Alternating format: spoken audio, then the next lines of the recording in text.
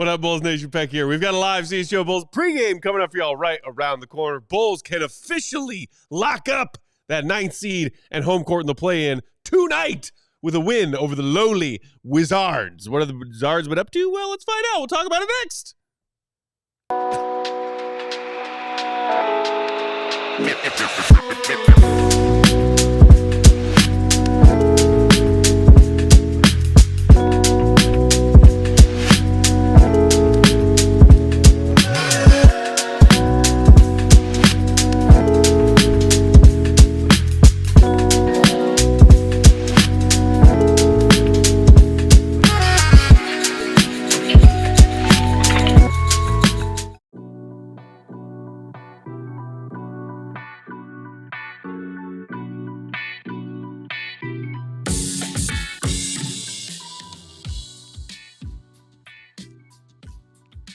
What's going on, Bulls Nation? Welcome in to CHGO Bulls pregame. Coming to you live from our studios here in West Loop, downtown Chicago. Game 81! I'm Peck, Bulls_Peck. That's my guy, Big Dave. Bam! Bam! BAWL Sports, the queen of the controls, the one and only KDW. What up, KD? Are you pumped? Ooh. Are you not entertained? Ooh, pure. Oh, man. Yeah! Will the Go Gottlieb there you at go. the Madhouse reporting on tonight's game. Make sure you follow him for his in-game updates. Will_Gottlieb. He'll join us in post-game. Bulls, Zards. Yeah. Regular season home finale. Yeah. Stakes aplenty, Dave. And I say that only half sarcastically. Yes, because true. depending on things you care about, there are legitimate stakes in this game. What up, Lars? What up, Maddie Legend? Shout out everybody hanging out with us in that YouTube chat. Hit the like button. So here is where things stand after the Bulls got that very key victory over the Miami Heat in the second night of their back-to-back on Wednesday. They now control their own destiny for the 9th seed and home court in the 9-10 play-in game to be played next week. They win tonight or they win Sunday, the 9th seed is theirs. Yes. They need one win in their final two. On top of that, some other sort of details of where things are with the East and the play-in. The Magic, with their 40-40 record, have locked up the 7th seed. Clank, clank. So none of Miami, Chicago, or Atlanta can leap them, regardless of what happens for each team over their last two games. Shout out to being 500. There you go. There you see the Hawks, a game ahead of the Bulls at 38-42. They, I believe, had a 6 p.m. Central tip-off, so are already underway tonight. Against the 76ers. Against the Sixers. 2-point lead, I believe. If the Hawks win tonight, the 8th seed is theirs. The Bulls would need the Hawks to lose out and not only win tonight, but also win their finale against the Sixers on Sunday, because the Bulls and Hawks tied their regular season series 2-2. And because they are not in the same division record gets moved to conference record, and the Hawks have a better conference record than the Bulls. So if the Bulls and Hawks wind up with the same exact record, tiebreaker would go to Atlanta. So the Bulls would need to finish with a better record than the Hawks. They have still a slim chance of jumping up to 8th and 2 shots to advance to the playoffs, but that would require a Hawks loss tonight in addition to a Bulls win. And they are, so... And then meanwhile, Miami could also still theoretically jump if they win out and the Bulls lose out. Okay. But that is the only scenario in which the Bulls would fall from 9th to 10th. Okay. Also, I think Philly has some stuff also to play for. They're 2 games back of Brooklyn right now. And they have a top 6 protection on their pick. Correct. So maybe they're, playing a little differently tonight. So, and when they play the Chicago Bulls, as far as the head-to-head with Philly and Brooklyn, they are tied 2-2. So yeah, it's still things to be answered, to find out about. Pride comes into this for sure.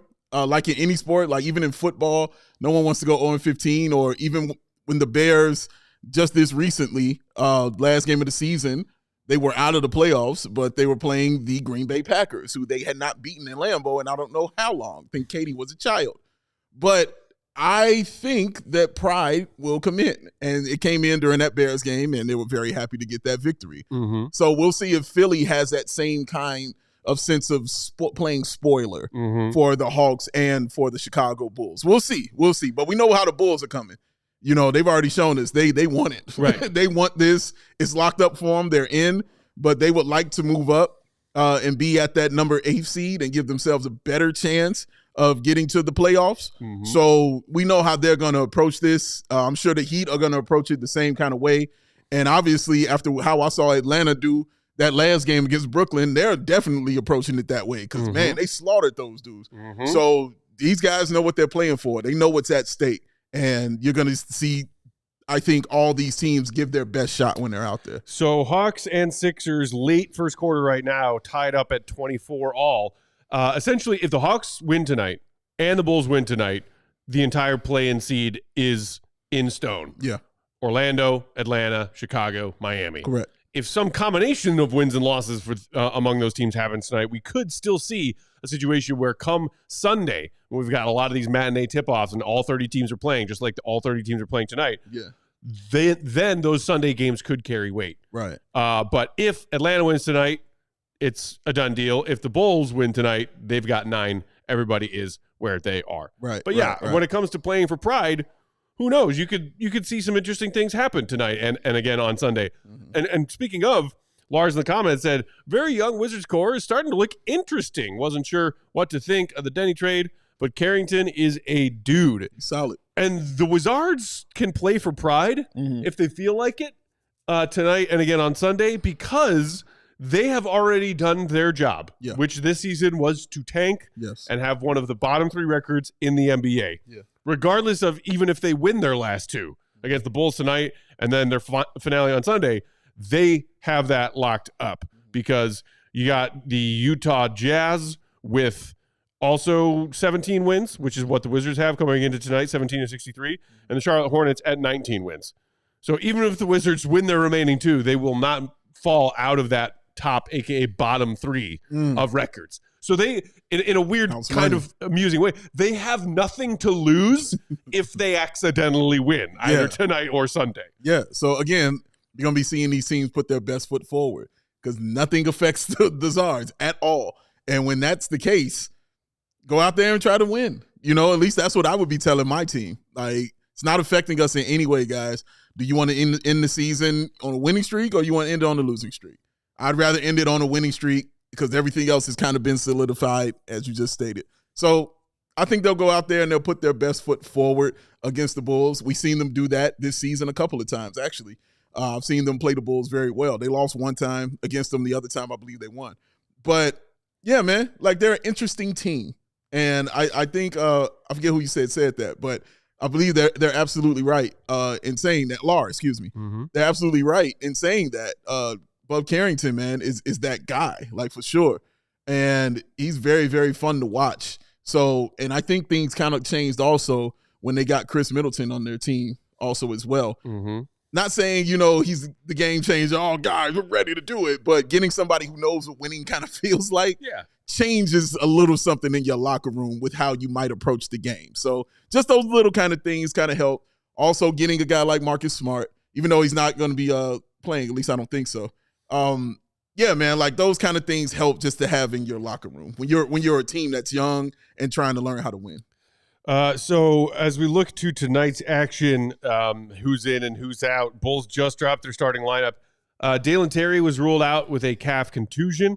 Jalen Smith was on the injury report, still dealing with that same sprained ankle that he's had most of the back half of the season. He does, however, get the green light and is available to play tonight. Okay.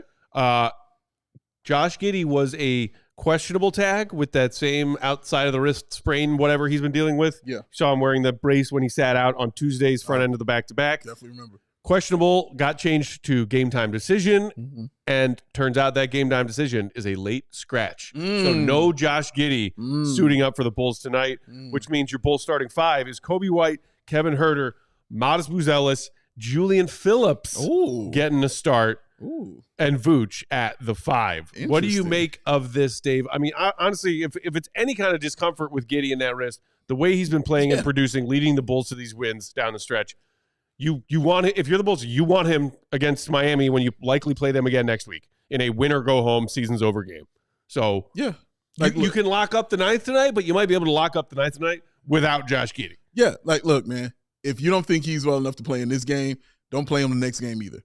Like, seriously. Like, against the teams that you're going against, you're good enough to win these games. If you're not good enough to win these games without Josh Giddey, these are other issues we need to discuss. But as we know, the Bulls have been slaying these cats out here. So, sit down this one, and I would sit him down the next one, man. He is too important to your team going forward into the postseason to play the Heat.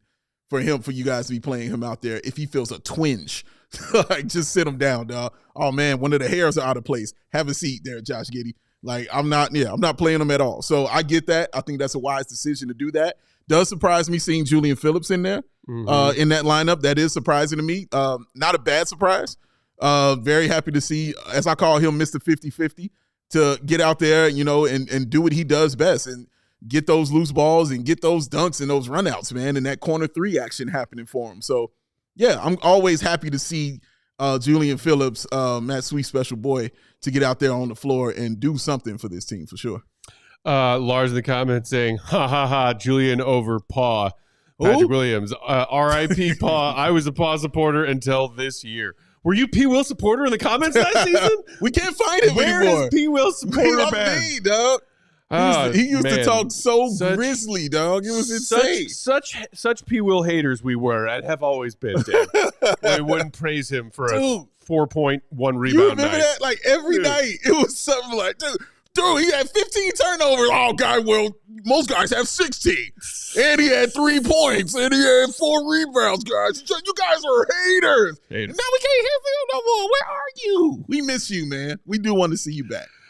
So as far as injury reports go, you ready for the Wizards, Dave? Come on. Because this is, man. I mean, trap game, but even without Josh Giddey, the Bulls should just steamroll this team. Yeah. Jordan Poole, elbow contusion. Yeah. Not playing tonight. Yeah. Middleton with an old man knee, not playing tonight. Oh. Sadiq Bey, obviously very sad for the Wizards. Lost him for the season to an ACL tear earlier this year. He gone. Malcolm Brogdon, ankle, out. Bilal Coulibaly, hamstring, out. Anthony Gill, also a hamstring, out. Rashawn Holmes, shoulder, out. Corey Kispert, thumb, out. This Wizards team is beat up, man. Yo, man. Yeah. And they're still going to go out there and put forth their best effort. But they do have Bub Carrington. Bub is out there, bro. So your Zards starting 5 tonight. Come on. Bub Carrington. Let's see who I know. AJ Johnson. I know him. Keyshawn George. No.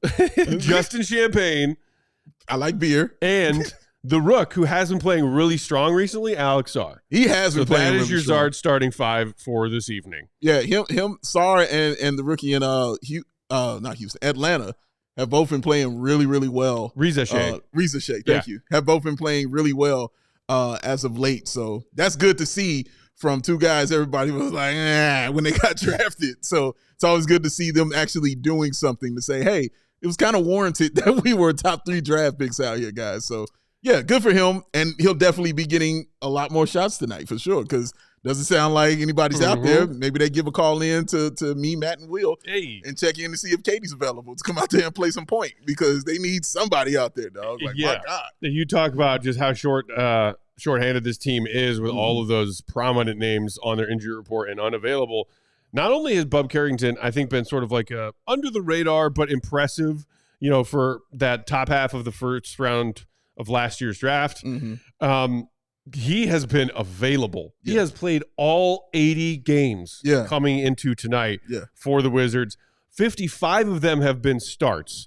And you've seen his production kind of creep up a little bit recently. On the season, he's averaging just shy of 10 points per game, 4 dimes, 4 boards, just 9 field goal attempts. You would anticipate that number to be a bit higher tonight.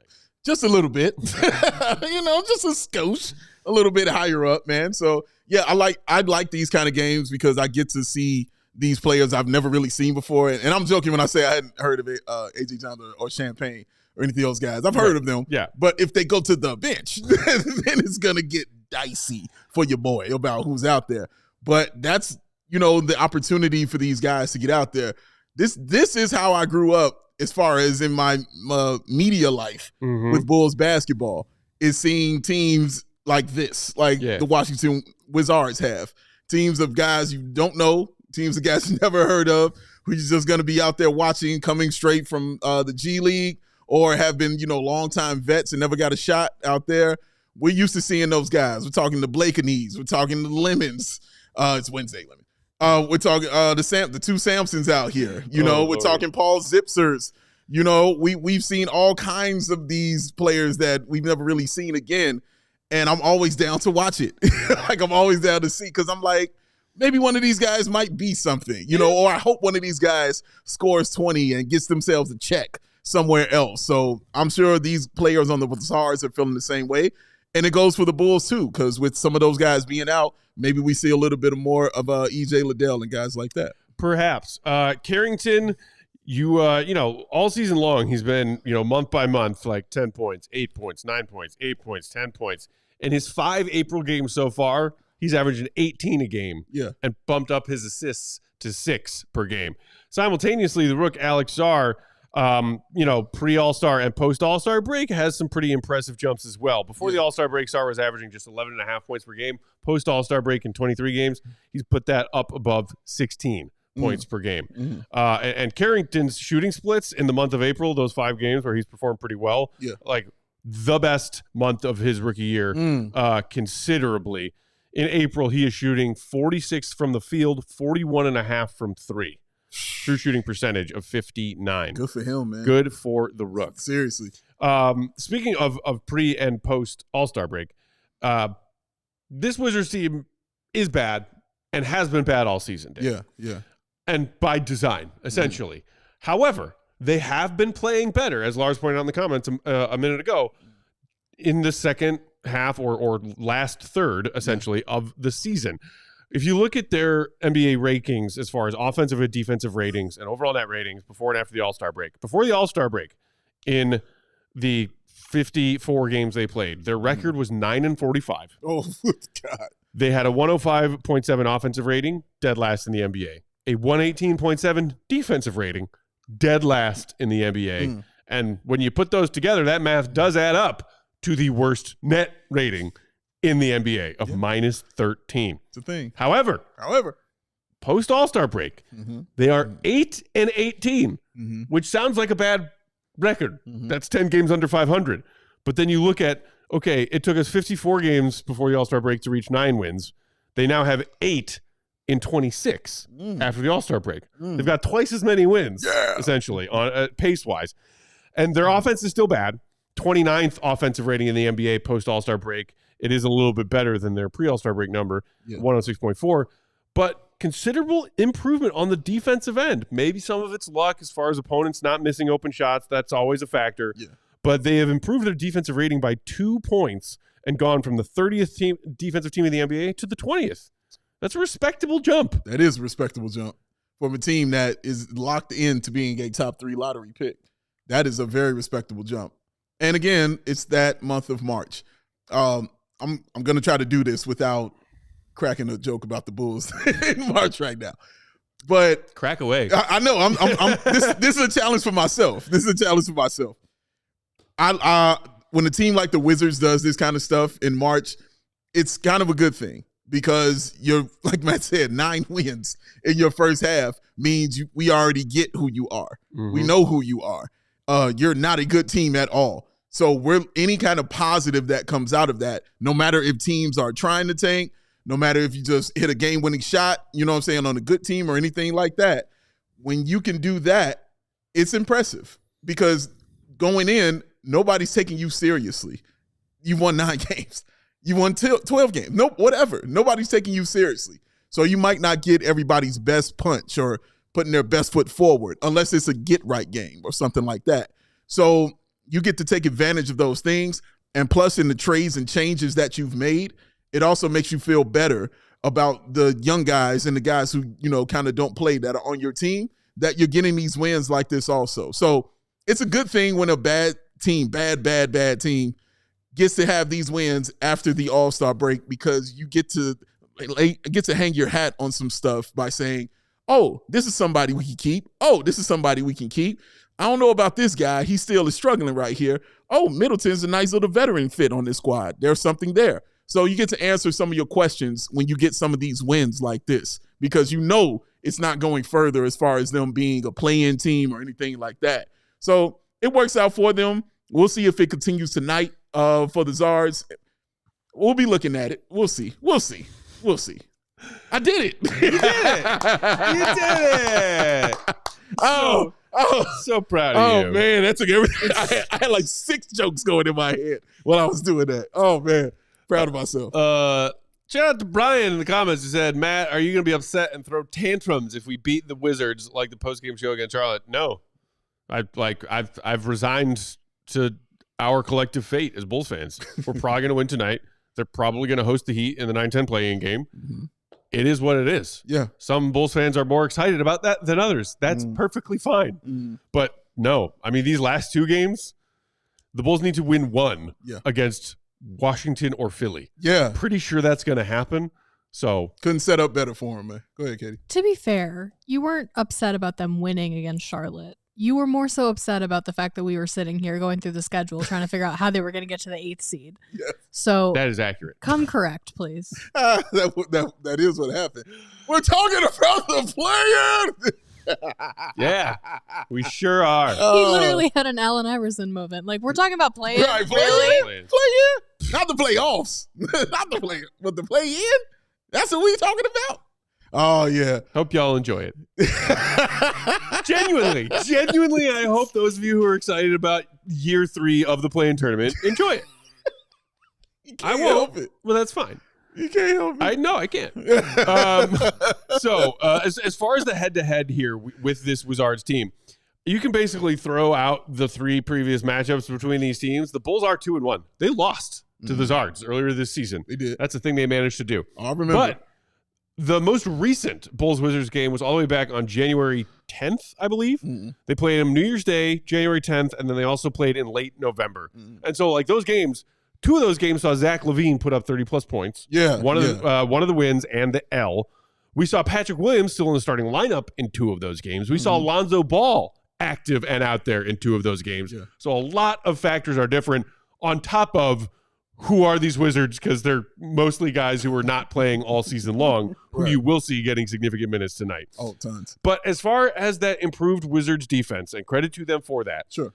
Even as they have improved their defense marginally, they still are very bad at one thing. Okay. And that is protecting themselves against fast break offense. They are still the 2nd worst team in the NBA post All-Star break in giving up opponents fast break points per game at 18.8. You couple that with how deadly the Bulls can be. Yes, they can. On the fast break. Yeah. That is how the Bulls win this game. Play to your style.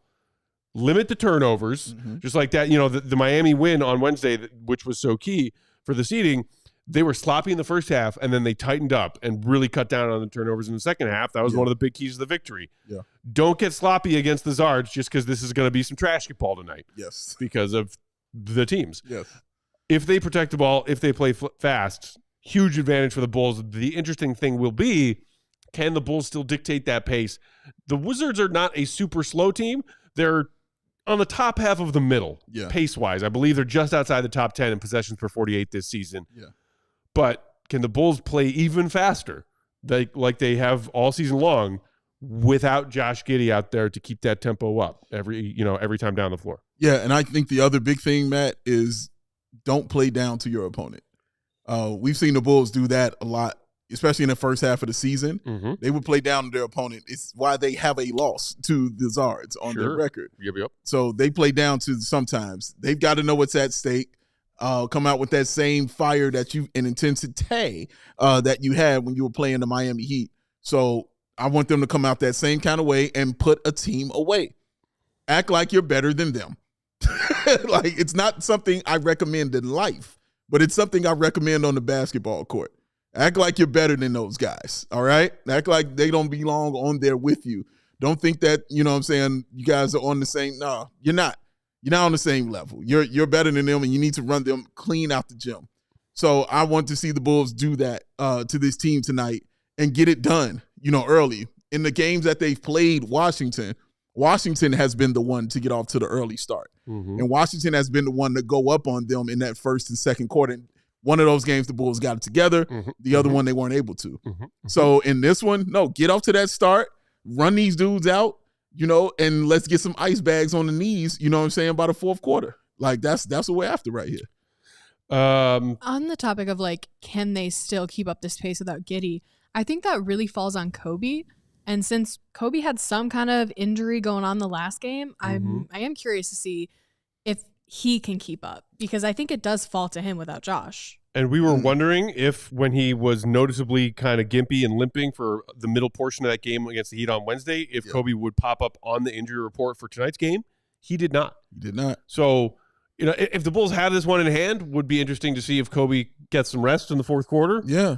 Then again, Billy Donovan is Billy Donovan. Yeah. Member of the Tom Thibodeau School of NBA Minutes. I'm sorry, are we up 50? No?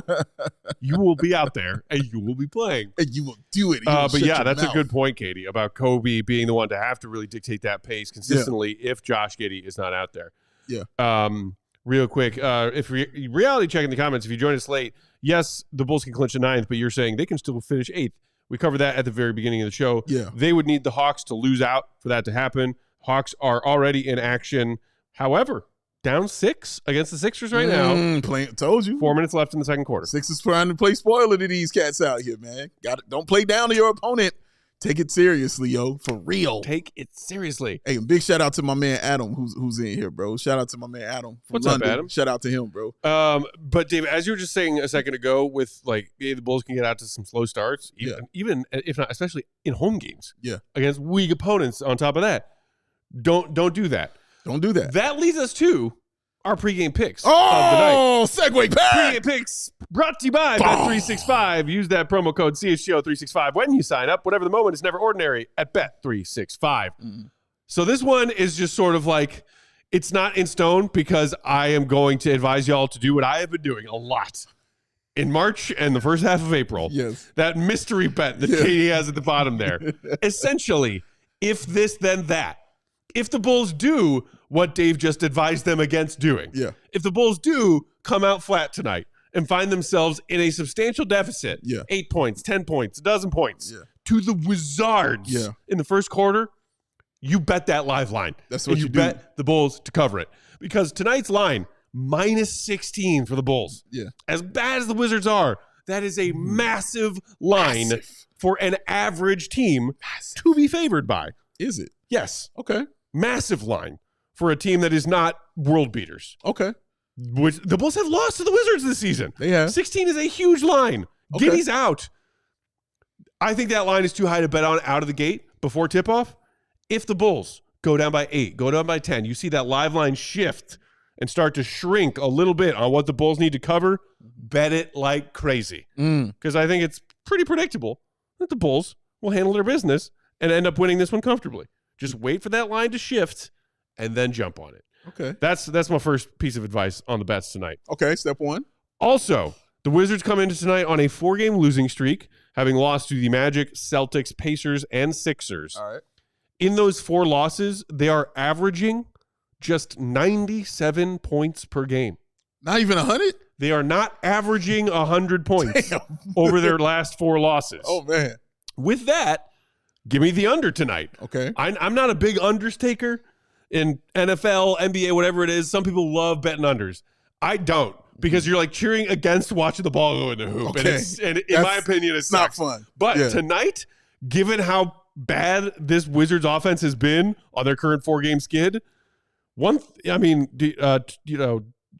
basically saying if the Wizards continue to do what they've done, which is score in the mid to high 90s or low 100s over the last 4 games, then you're talking about the Bulls pouring in 130 plus. Damn. For the over to hit. So I'm leaning for the under tonight because of those factors. And then last one, Modest Buzelis. Modest. 15 plus points scored is giving you plus money right now at Bet365. Plus 105. I threw 20 on it. I'll get 41 back if it hits. Ooh. Go out there and get 15, Modest. Big money. After those confident threes he took, that confident bucket we saw where he put the ball on the floor in that win against told Andrew Wiggins to get the F off of him. He did. I like Modest to get 15 tonight. If you are feeling real frisky, I think it was like plus 365 for him to get 20 plus tonight. Oh, wow. If you want to go that route. But I'm feeling nice and confident about a 15-point night for Modest Buzelis, especially with Giddey, one of their primary scorers, not in this one. So those are your pregame picks presented by Bet365. Don't forget that promo code Bet365, CHGO 365 when you sign up. Must be 21 and older. If you or someone you know has a gambling problem, crisis counseling and referral services can be accessed by calling 1-800-GAMBLER in-app only. Gambling question. Is that one of the cool things about Bet365 is the fact that you can bet after the line has been set, like during the game? Yes. So that is a common, maybe not super common feature, depending on the sports betting app, depending on the book. But they are they are becoming more popular than they used to be. Okay. These like live line betting. Okay. You'll see, I think the CHSN broadcast has one. I don't know who it's with, but like, when they come back at the end of halftime to start the third quarter, like here's what the live line is, right? Because back in the day when it was literally people just calling their bookies, it's much harder to bet on live action while a game is unfolding. And the thing is, you got to be quick with them. Okay. Like Goat and I have been really loving our live line betting. Yeah, y'all been down the stretch. In love with that for sure. The lines will move quickly. Okay. And then at times, if there's like a big trend that the Bulls just went on an 8-0 run or oh wow, that was a crazy sequence, they will temporarily lock. Okay. So you can't get bets in until Vegas recalibrates, figures out what the new lines should be, and then unlocks them so you can bet on them. Okay. So like you got to be quick with the live lines. If you know how to do it and you are quick with the fingers, they can pay dividends. You are quick on the draw. So you saying you had a bookie? No. Okay. All right. You said back in the day you had to get your bookie. I didn't start gambling until it became wildly convenient for me to do so. All right. Katie? Hey, before we get up out of here, we hit 80,000 subscribers yesterday. We did. CHGO Sports CHGO, YouTube. 80,000 subscribers. Big stuff. Amazing. Our goal is 100, so get on that if you haven't already. Hit that button, subscribe. Trillion? Let's do it.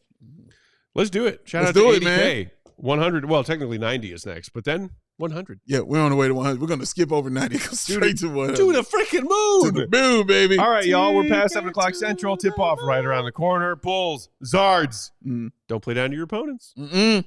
Let's see what happens. We'll be right back here for postgame. See you. Be good. Thank you, Joel Hernandez. Peace. We all silly like the mayor.